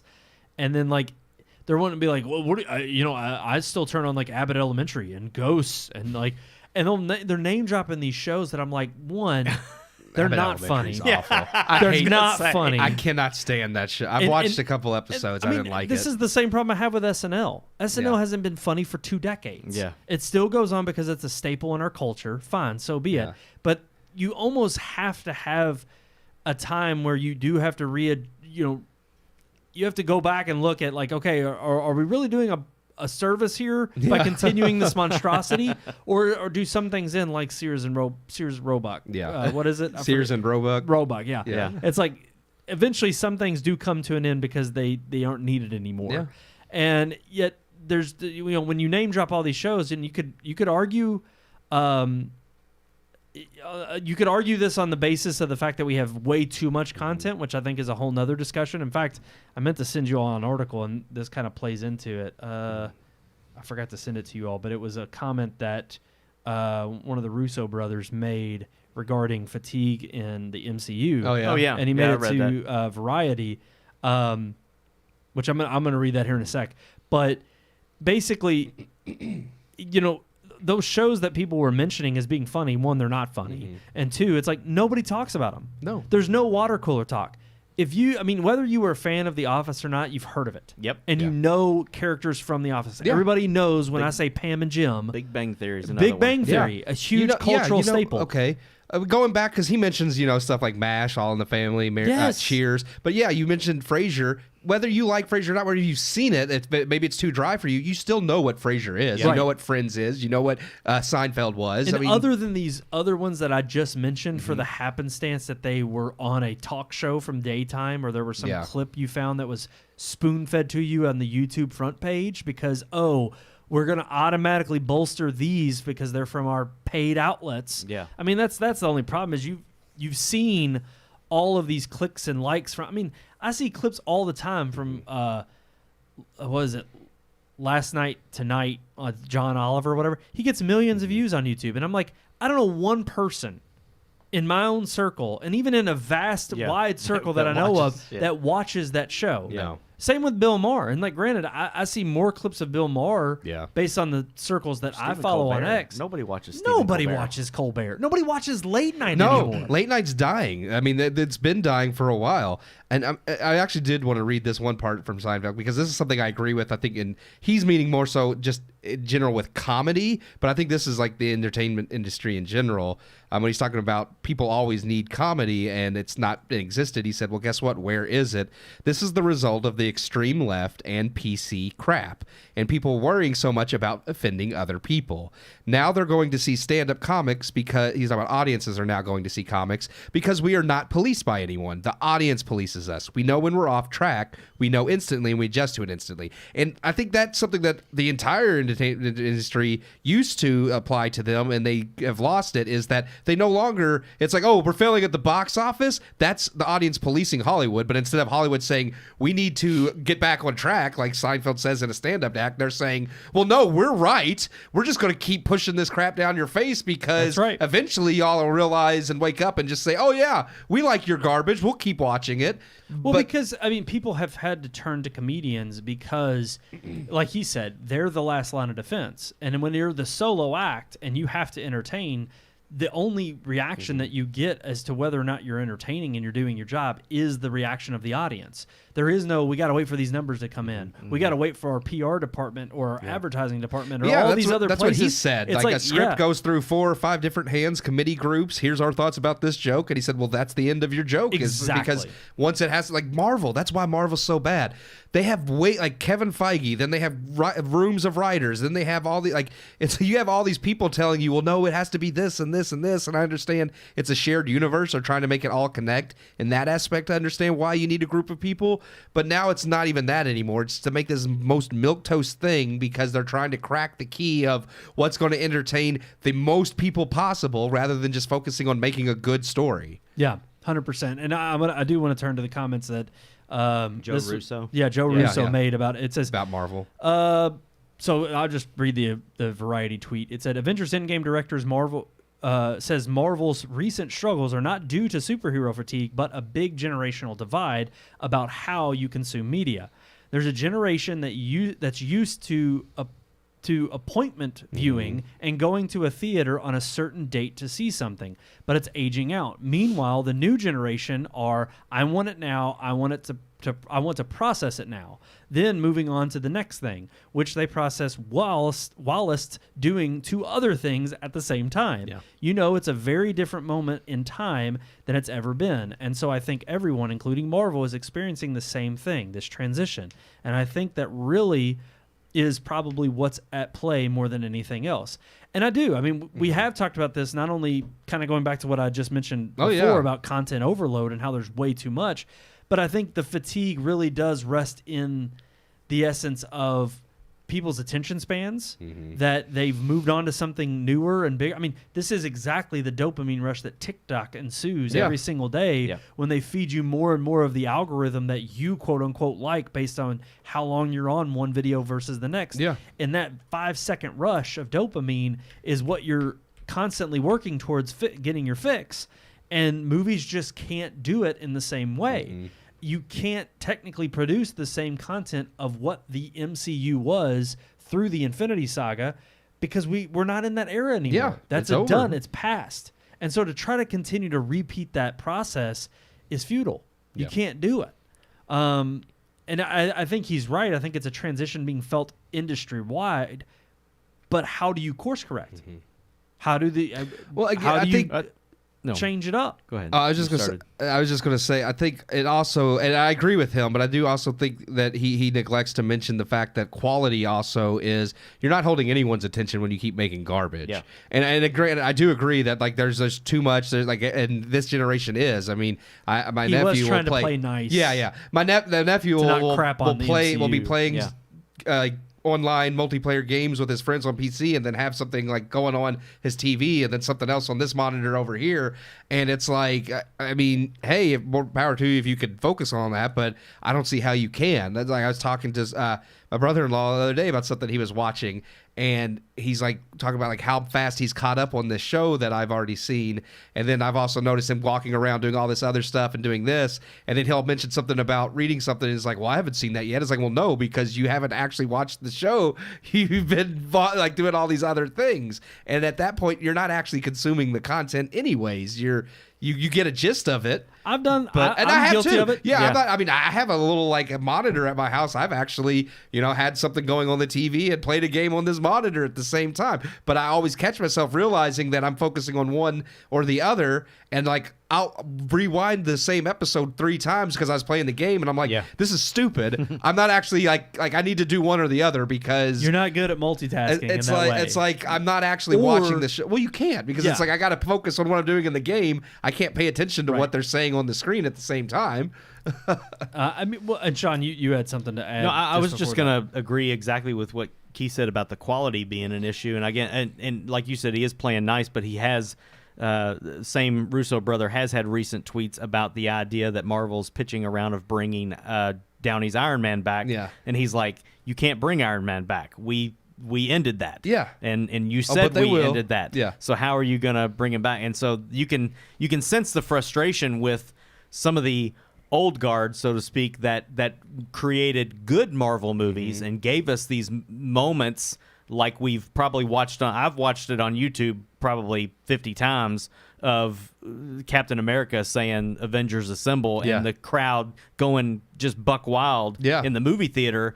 You don't have those moments anymore, and so I think it's got to be frustrating for filmmakers who create something that leads to moments like that, and then seeing what's the word you like to use a lot is schlock. It's like this is the schlock of what we have right now. Is we're not leading to that, and I think Marvel's tried to capitalize on both of those because they have the big movie moments in the theater, but then they give you a bunch of shows that you can consume at home rapidly to feed those kind of people that need it now and want to watch it all at once.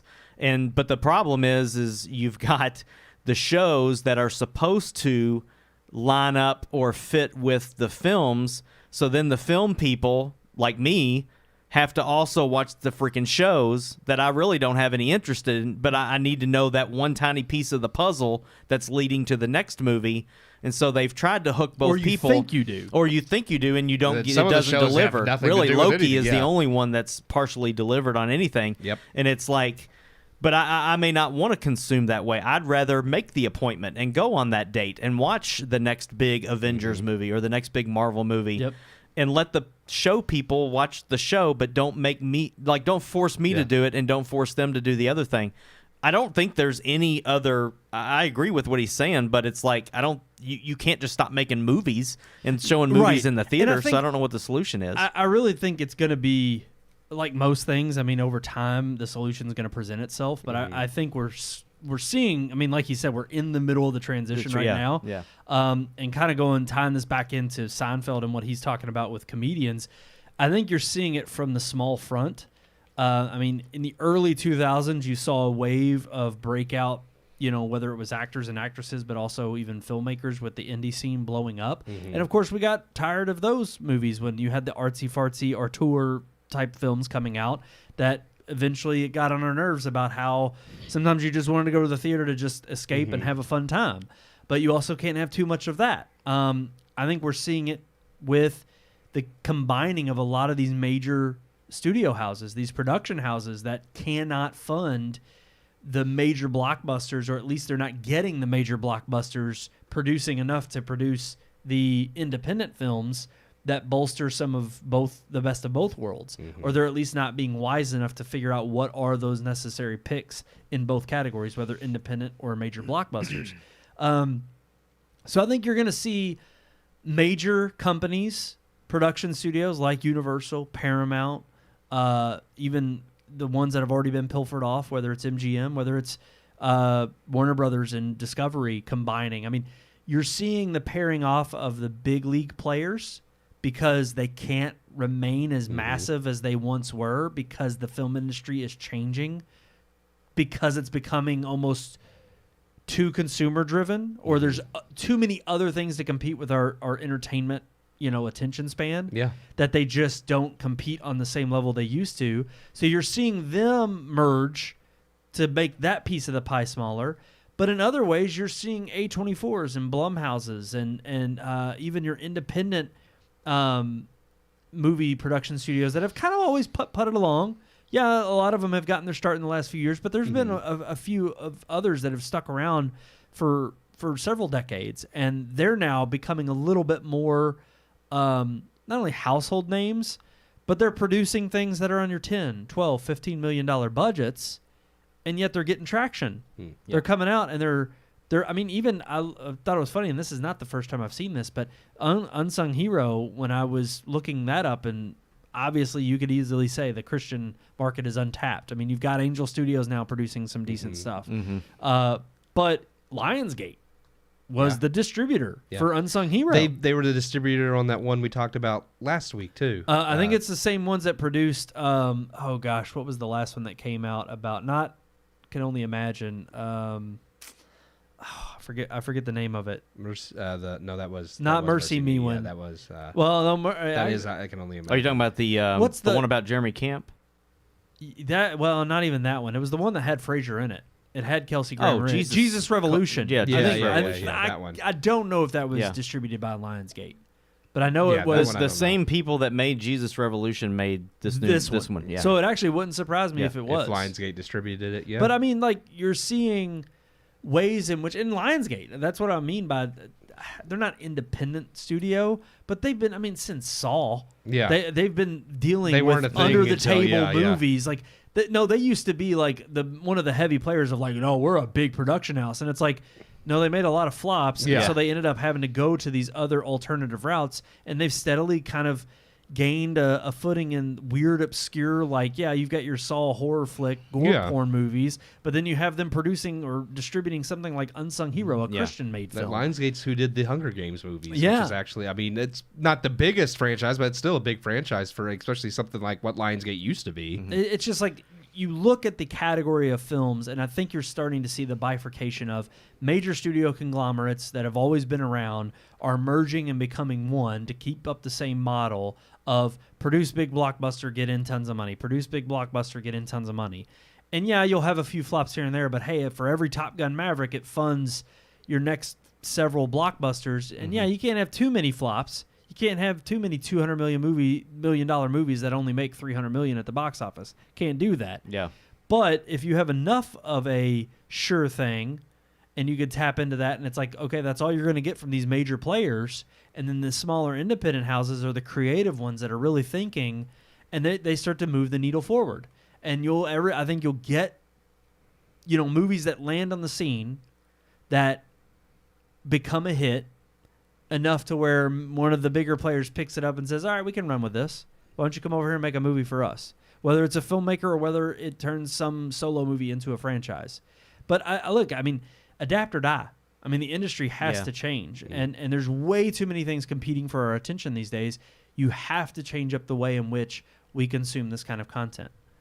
Because it's just got to appeal in such a way that, not only are our attention spans shorter, but then that means that if we are spending 2-3 hours in a theater, it's got to be good. That's where I was going to say. I think the adapt or die is right, but it's adapting to what I don't think they've pinned down what exactly it is that we need to adapt to. Because I would also argue that movies like Barbie, and you mentioned Top Gun Maverick, those movies were 2022 and 2023, right? Or Top Gun Maverick was 21. I think Maverick was 22. Was it 22? Last year was, but again, Mission Impossible. That movie came out around in the time that this generational transition is happening, but those movies put butts in seats. True. Big time. People aren't fatigued of going to the movie theater. They're fatigued of seeing crap movies. Well, and the same thing. And I think that's where, like Keith said, the quality is one of the things that makes a difference. I don't think people have superhero fatigue because they have to have it now and want it now. It was only a couple of years ago that people were willing to wait 2 years for the next film in the saga to come out. And every film put butts in seats. I think it's the quality that has made people think I'd rather just stay home and watch something at home. I don't want to get out and go sit for 2.5 hours through a crap movie. It's like the freaking Scorsese movie that just Killers of the Flower Moon. Yeah. It's like we went and saw that in theaters. I would have much rather have just stayed at home if Apple had made that available day one on Apple TV Plus.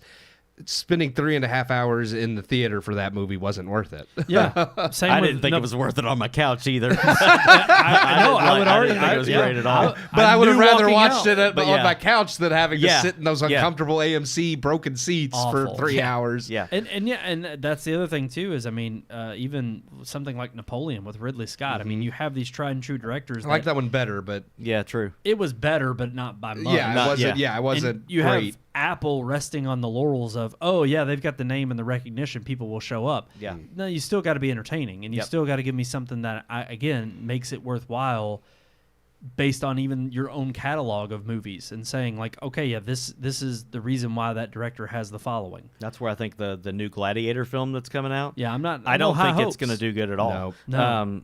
I think even Ridley Scott, and then you've also got the name Gladiator. If they even stick with that, I don't think that's going to be enough. No, I think I don't either.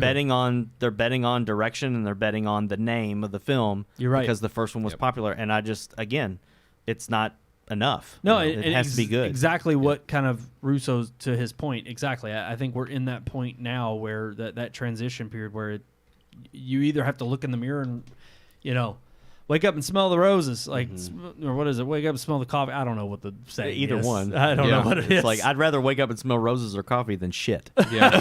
And that's I'm Exactly. sorry, pardon There you my go. French, but that is what we're You're getting right. now. That is, Yeah, yes. I don't want to go to the movie theater and Absolutely. waste my Yep. time. The older I get, the more precious my time seems to Yep. be, and I'm just like it. And I know we differed on Abigail, but I saw that as like that was 2 hours I could have been playing with my kids. Yeah. Yeah. And I was like, Oh, no, this that's was a still waste of my fair. time. Yeah. Well, heck, But- I jokingly said like, If it wasn't for this podcast, I would have never watched that movie. yeah. Well, and there's games out there that is like, there's like I said, there's so many different things that are competing for my time. Yeah. I'm like, I'm not gonna spend it, watching something that would rather be spending doing something else. Yeah. Absolutely. Alrighty, let's move on to think, our final topic of the night, and that is our vices topic. Let's get it.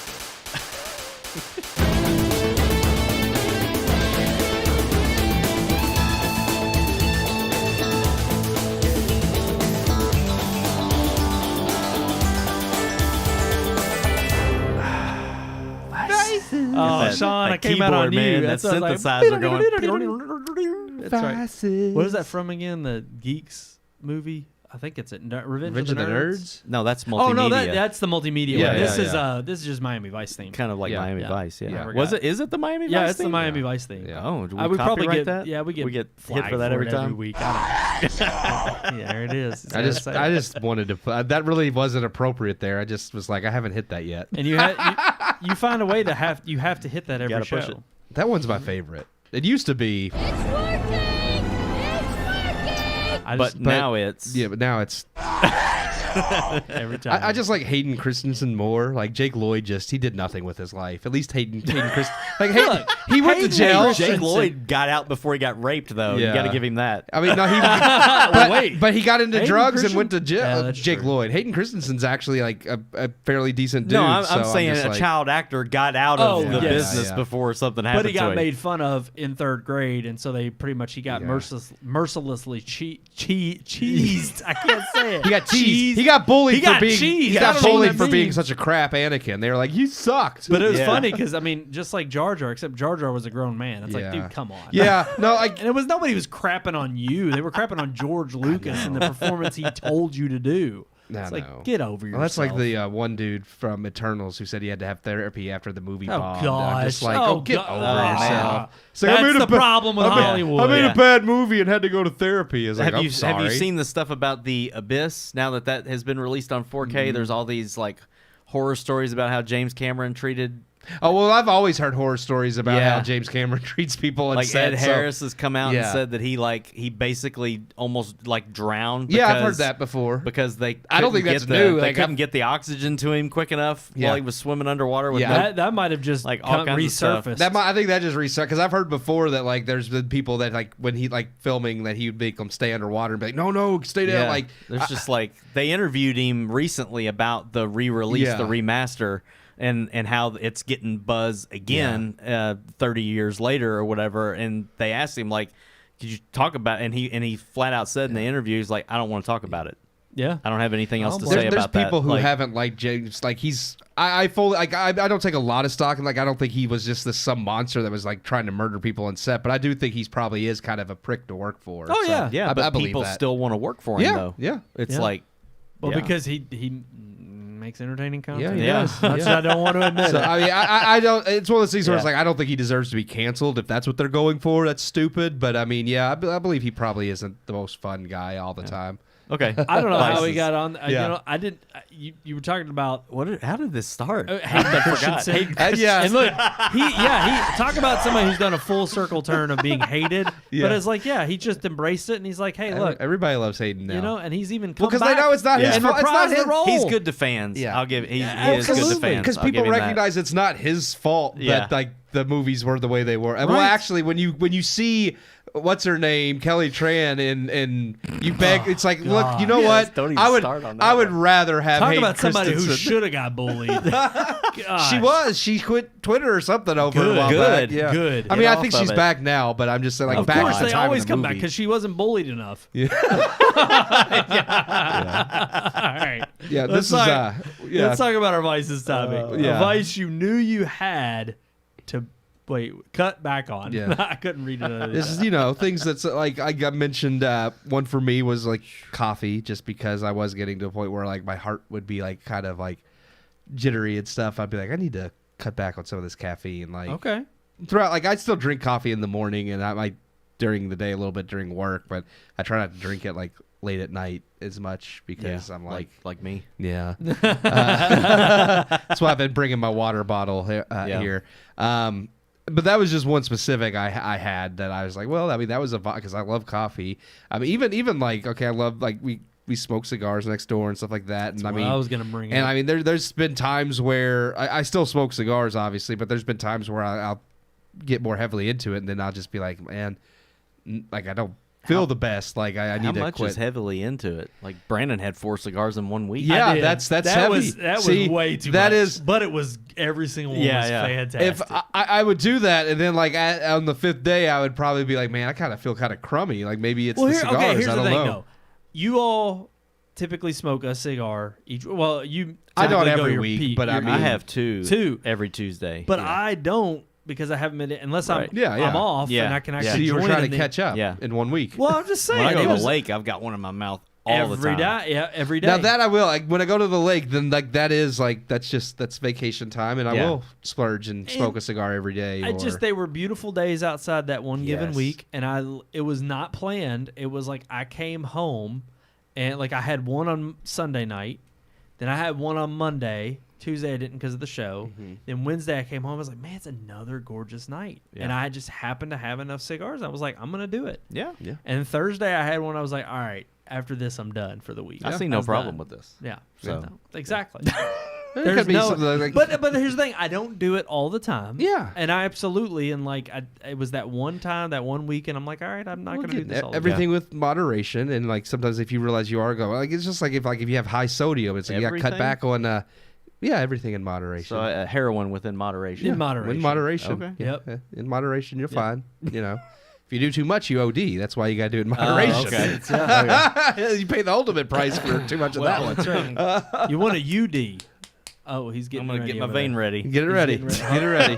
Gotta get your belt out. But yeah, I mean, it's just like obviously, it's like Find I that mean, vein. if you're like you realize like you need to lose weight, or if your sodium's too high or anything like that, it's like cut back on like Yeah. your salt. I've been doing intake, that your, recently, yeah. Sodium, The sodium and Dieting? just eating. eating healthier, Eating better. Yeah. It's like when So- you put away a whole thing of Doritos Then in you, one then you sitting. go over to your neighbor's house and Yeah. and eat what they got, and it's like it's good. So I'm gonna eat a bunch of it. yeah, yeah. Like I'm not. There's no portion control tonight. There's Yeah, no. well, you like can I don't have care. a cheat night. And you here's know? the thing, Yeah. well, a cheat meal. You know. I used to do the cheat day in college. That was turned out terribly because then it's like You're the not whole supposed to day. cheat the whole. Yeah, you're Oh, not yeah. supposed to cheat Yeah. the whole day. But Yeah. a cheat meal, and even then, I don't like the phrase because the idea is that you want to try to be nutritious to some Yeah. degree, but I think to me it depends on your tolerance level. Yeah. And yeah, I mean in the last 6 months I've been really cutting back and I've been trying to watch what I eat, but it's like we went to Mike Lenig's. It was impromptu on Sunday. Was that Sunday? Pretty sure it's Sunday because you told Yeah. me when I was leaving from the review. And that I was like, you were going to go to I Mike Lenig's just cut the family. grass, and I'd ran 13 miles in a mini marathon on Yeah. Saturday. I was like, I can enjoy a freaking fish Some fried sandwich. fish. Yeah. Absolutely. And so I did not hold back. And granted, but here's the thing. Before, what I would have done, I would have had a fish sandwich or chicken fingers, and I would have had a hush puppy, onion rings, and fries. Oh wow. Not all of that together. I mean, like, Okay, I was gonna say, 'cause usually we would have the I fries. was like, I would have never even like. I'm a big guy, and I wouldn't even go that far. Like, Because here's the like, thing, like a they- sandwich and fries would have been it. Exactly. And Yeah. that's normally what I would have, but then my parents would order like onion rings for the whole table. I'd have like 2 or 3 of those. Okay, yeah, yeah. And then I'd okay. have a hush puppy. Yeah. Appetizer. Okay. All right, Yeah. yeah. Now, then that sense, That's yeah, I different. agree. I Yeah. probably would have But done the same. all of Yeah. that is It is. I It's- literally had the fish sandwich and then like an onion ring and a hush puppy. And that was it.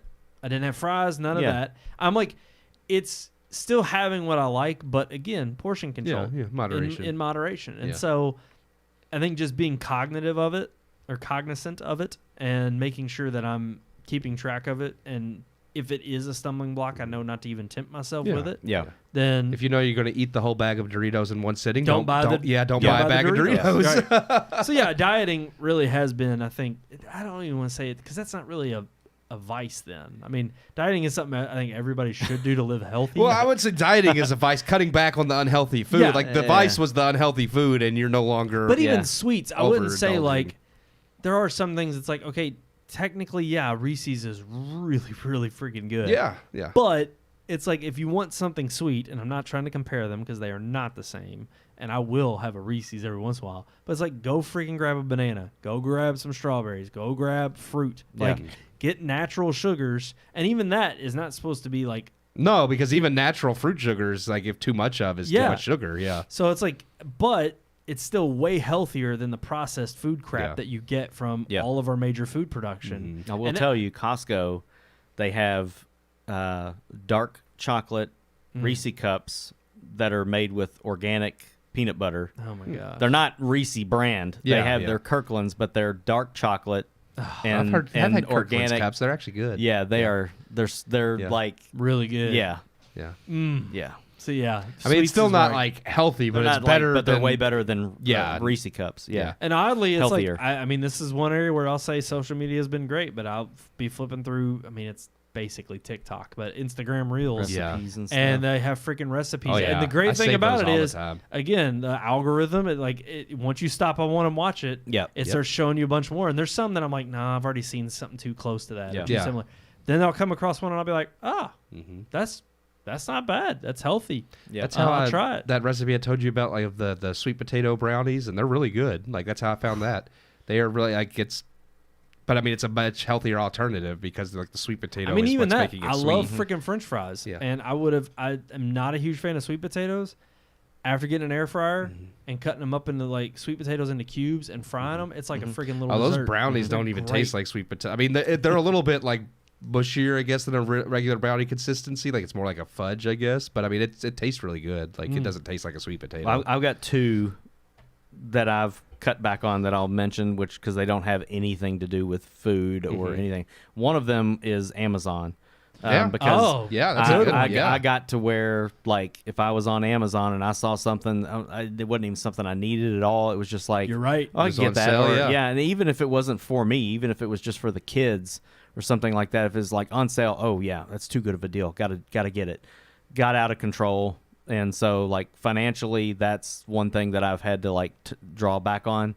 But then another thing, and this was more recent, is I'm a dad. I love messing with my kids and joking with them about stuff and things like that. But I was we actually, like, one Sunday, our Connect group, we were talking about not provoking your kids to anger or not provoking them to sin, and we got on this discussion and it popped in my head. It's just like, you know, my older son is getting to that age where girls are starting to look nice instead of have cooties, and they are liking him, and he's, you know, flirts back, but you joke with him about it, he gets emotional, Yeah. and Same, usually yeah. gets himself in trouble. So it's one of those things where it's, and my younger son, I would poke with him about things too, and then poke a little too far, and then they end up getting in trouble. They end up being kids and not knowing when to stop, and they do things, and then I'm like, no, wait, hold on a second, you Too can't. far. Yeah, Yeah. too far, and they get themselves in trouble, but it's They they're don't in know the boundary. Yeah, they're in trouble because You provoked them it. to Yeah. it. Yeah. And so that's one of those things recently that I've had to catch myself before I joke around with my boys or poke with them about things that I know they're already emotional about, Right. or things that I know that they're just going to explode off of. And so it's been really hard because I like to push their buttons. Yep. Yeah. But it's like if I'm pushing their buttons and knowing that they're going to react poorly because they're kids and they can't Yeah. control that yet, then I got to stop. Yeah. And so that's one of the things that's a vice for me because I really love doing it. But those are both really Both great are examples. great. Yeah, Yeah. that one's been really Yeah. hard. Like Yeah. worse Yeah. than not buying stuff on Amazon has been. The yeah. Amazon one's a great one because that's the one that didn't even occur to me. But yeah, I mean, we were just next door going through the bid FTA thing, and that's another dangerous thing where Yeah. it's like, yeah, everything's it's cheaper, Yeah. but by the time if you bid on like 5 or 6, it's like you've spent more money than Yeah. you normally Well, would have. And as Yeah. soon as you said Prime, I haven't had Prime in the last several months. I did it through like Christmas just because I was buying things for Yeah. like, family Yeah, yeah. members, Yeah. but also there were times where I was like, they do that stupid thing where they're like, oh, get a week for $1.99. I'm like, Yeah. well, that's a steal because I'm going to buy something and get free 2-day shipping, and Yeah. I'll buy like 2 or 3 things I know are on my wait list, and Yeah. I can get that shipped. Great.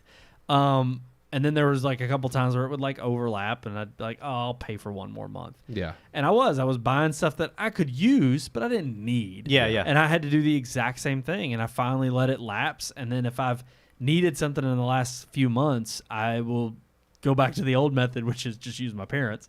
And they would, they don't care. They never did. But it's like, I'll just, if I really do need something right away, I'll just use theirs and order it and get what I need. But I didn't need to buy half the crap I did on there in that few times. Again, I've used it. Yeah. But it's one of those things where it's like, it can easily, it's so easy to do. It can get out of control. Absolutely. And another one too, that I need to work on is managing my time better. A vice of just like, yes, doing the show here and loving this, but also doing and having work. It's not like I've fallen back on any responsibilities.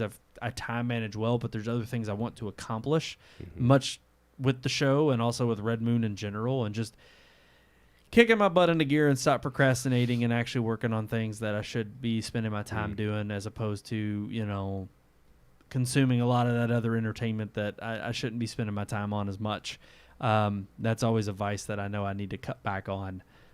Because the thing is it's interesting. It's almost, I liken it to losing weight and dieting is you don't know how much of a benefit it is and how much better you feel until after you've, resisted the temptation.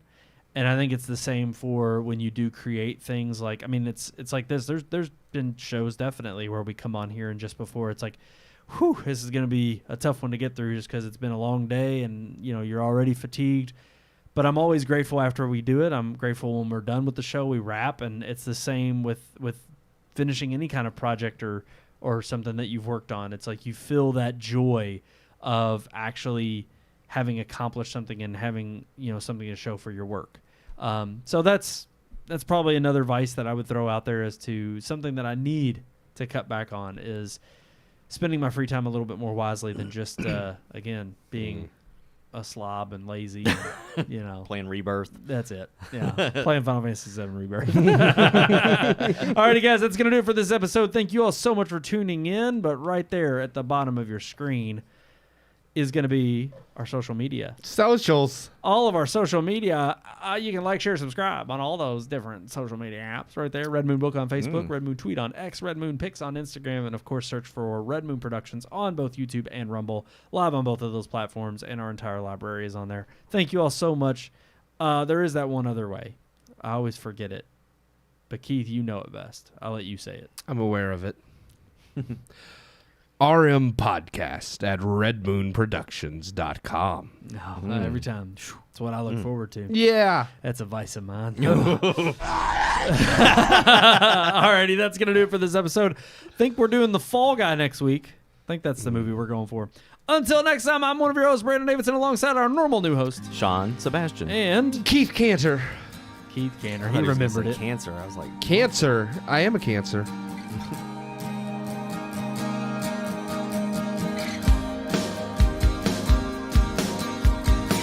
We hope you enjoyed this week's episode. For more reviews, previous podcast shows, and everything Red Moon, visit our website, redmoonproductions.com. You can also like us on Facebook or follow us on Twitter by searching for Red Moon Productions, LLC. We'll see you at the movies.